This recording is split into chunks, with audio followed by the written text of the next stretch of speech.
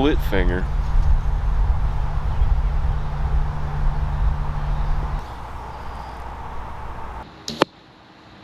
Or 3 under.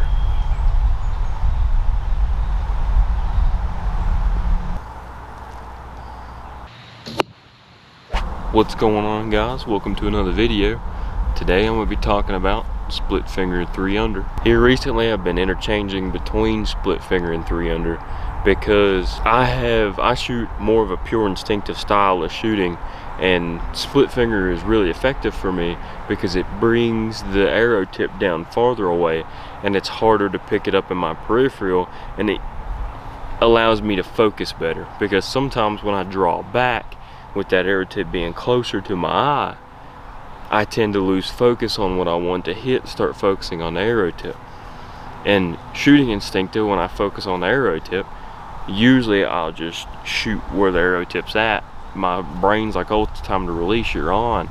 But in reality, it's not, because in my head, I'm not where I want to be. I'm not looking at where I want to hit at. So for me, I've been interchanging recently and trying to figure out what I wanted to shoot. And I tried split finger for a while. The only problem with split finger for me is it brings a lot of discomfort into my middle finger, and it starts to hurt after a while once I shoot too much, which is a huge problem because I like to shoot a lot and I can't be having that. And a lot of the times it's not bad, it's just like a simple amount of pain, but it's nothing bad enough to make it hurt all that bad. It eventually, with that pain being there, it becomes a psychological thing of trying to get over not plucking the release or jerking a shot off or whatever, and that causes problems. I will go over split finger first, and then I'm going to talk about why I'm sticking with 3 under. One thing about the pros of split finger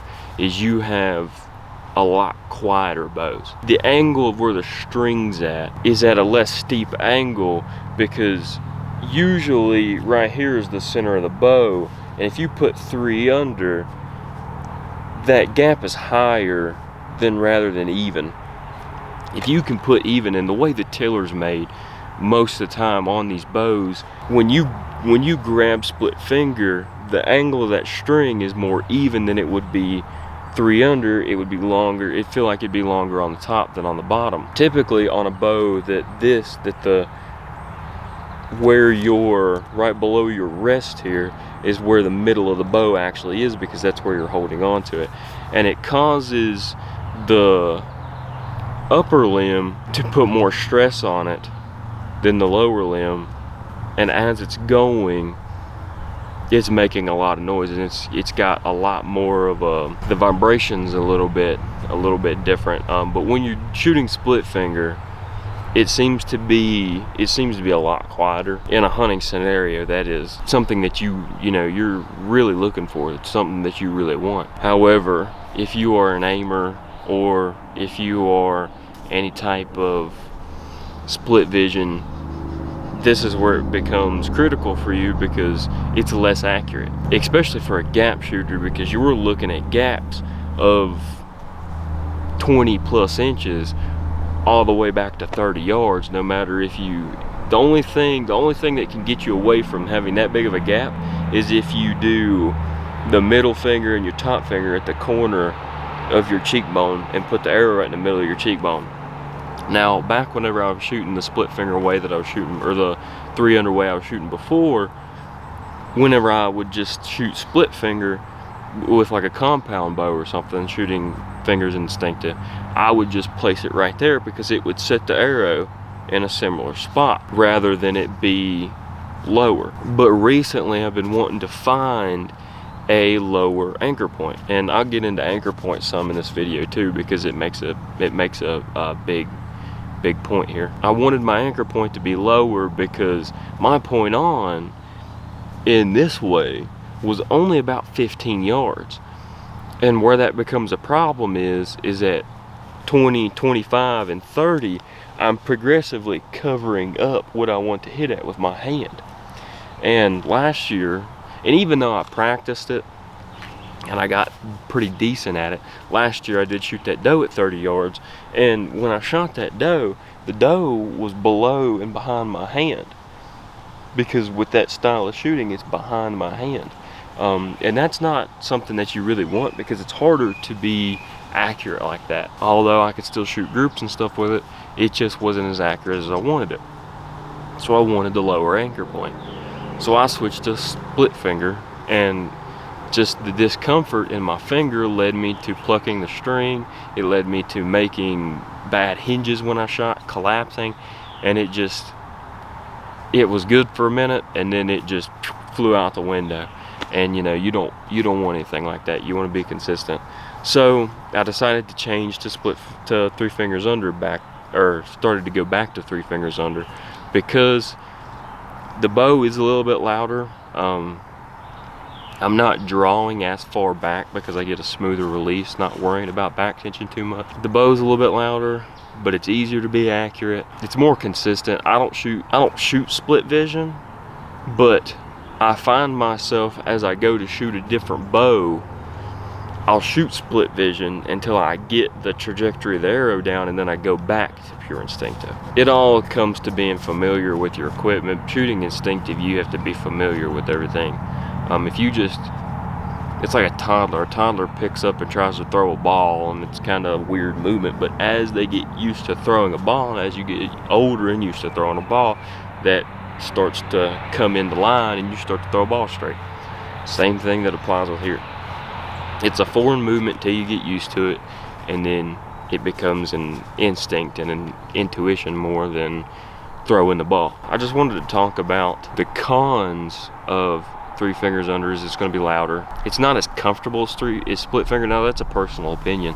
A lot of the times split finger can be a little bit more comfortable, or 3 fingers under can be more comfortable. It just depends on you. You could have a different anchor point. Everybody's going to have something different is going to feel natural to everybody else. I don't like a big back tension pull through shot. I like to be like right here rather than here. It's so much more comfortable. It's more of a consistent shot, so that's just what I'm going to keep doing. The bow's a little louder. You really want it to be quieter, but accuracy is more important than how quiet the bow is, because 9 times out of 10, well, 10 times out of 10, a deer is going to react on the shot. 9 times out of 10, they're going to duck at least 8 inches. So you're looking at that.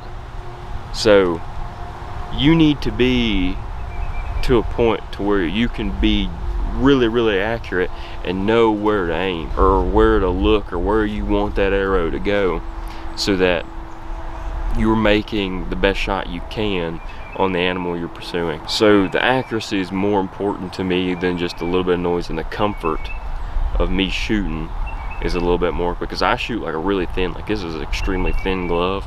Last year I shot that second doe I shot, I just had like a little, it's one of the 10 Wells Slockmaster gloves, and it's just got like this really thin, kind of like thinner than even this material right here, and it had that on the fingertips, and you can really feel it. And you shoot 10 times like that, and it hurts your fingers. Even bare fingers, I would probably shoot better with that, but that kind of hurts over time. It depends on your style of shooting.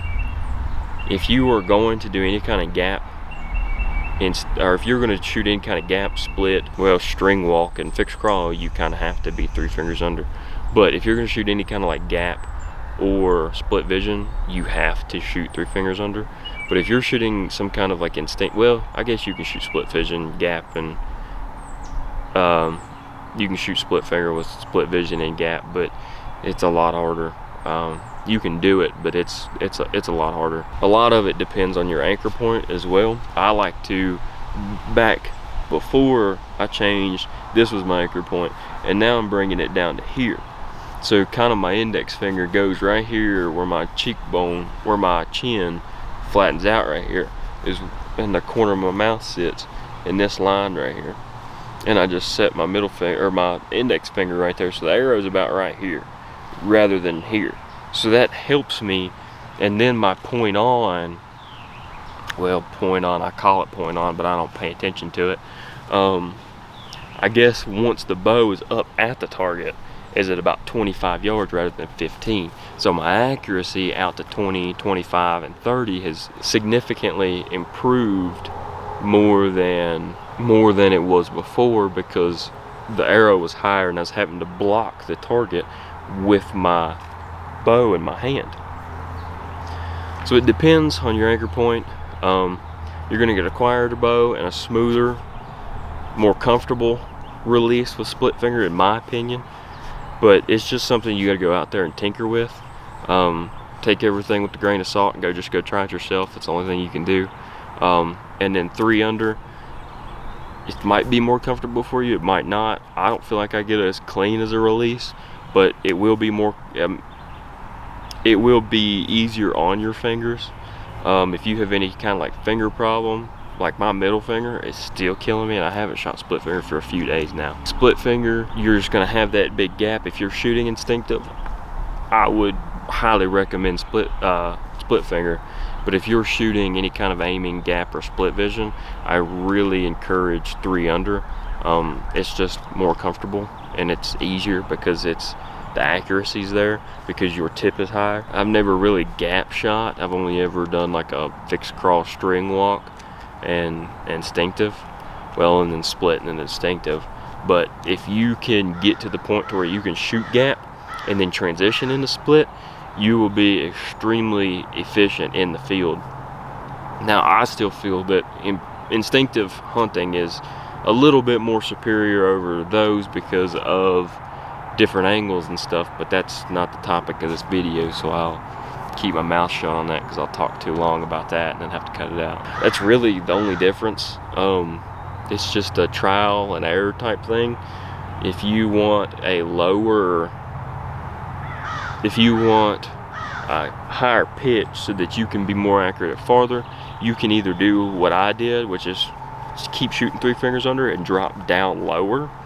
I've tried almost every anchor point under the sun. I've tried in front of the cheekbone, I've tried split finger in front of the cheekbone, I've tried corner of the mouth, corner of the mouth, corner of the mouth. I've tried back, doing this and hooking my jawbone, hooking this right here under my cheekbone. But none of them's as consistent as having that shorter draw, to where I can put the corner of my index finger towards the corner of my mouth and right here above my chin.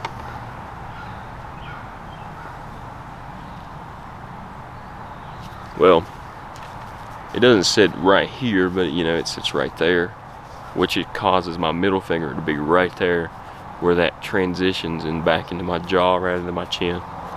So right there like that.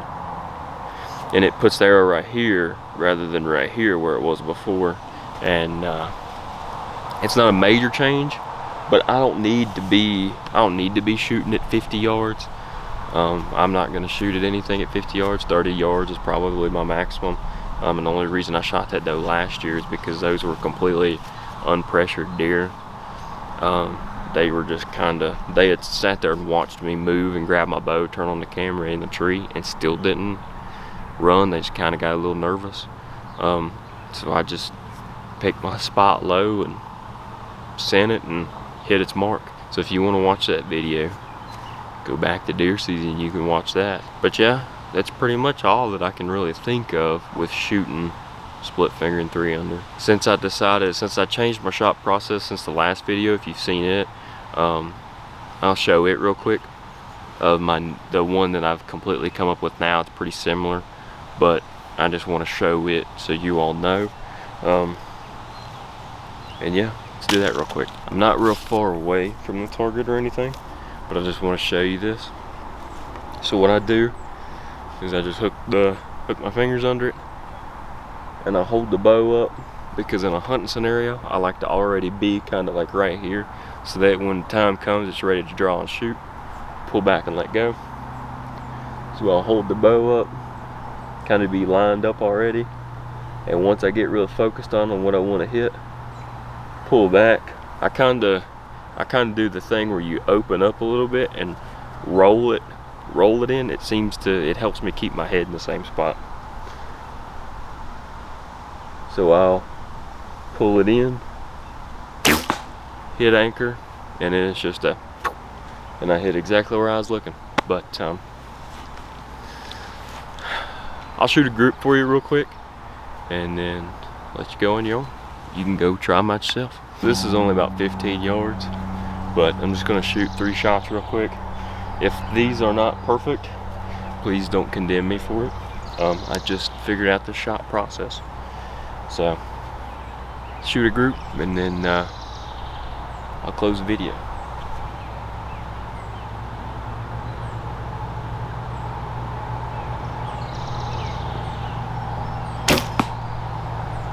A little high on that one.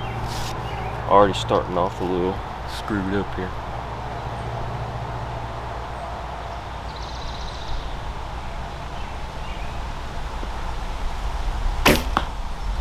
That one was a lot closer to where I was wanting. There's just a little hole there in the target.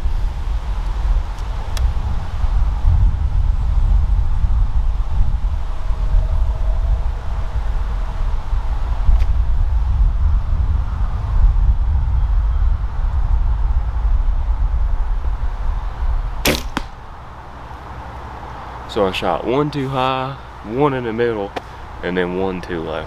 So anyway, I'm just gonna go ahead and close the video there. I'm pretty sure I covered everything. If I left anything out, leave it in the comments. Leave anything else you want to hear about in the comments. I can go over bag tension, form. I mean, there's all kinds of other things I can go over. Arrow setups, bow setups. I'll talk about Archer's paradox, impact paradox, kinetic energy, momentum, whatever you want to hear about. If you're into the sciencey type stuff, I pay attention to a lot of it. And but anyway, I might do a video, probably make another video tomorrow. I don't know when it'll come out, but I'm probably gonna make another video tomorrow. The last one I did on stop overcomplicating archery is doing really well, so it gives me a little bit more motive to get out here and do these videos. So anyway, yeah, with that being said, I guess that's it for this one, and I'll see you in the next one. Y'all keep feeling the spirit.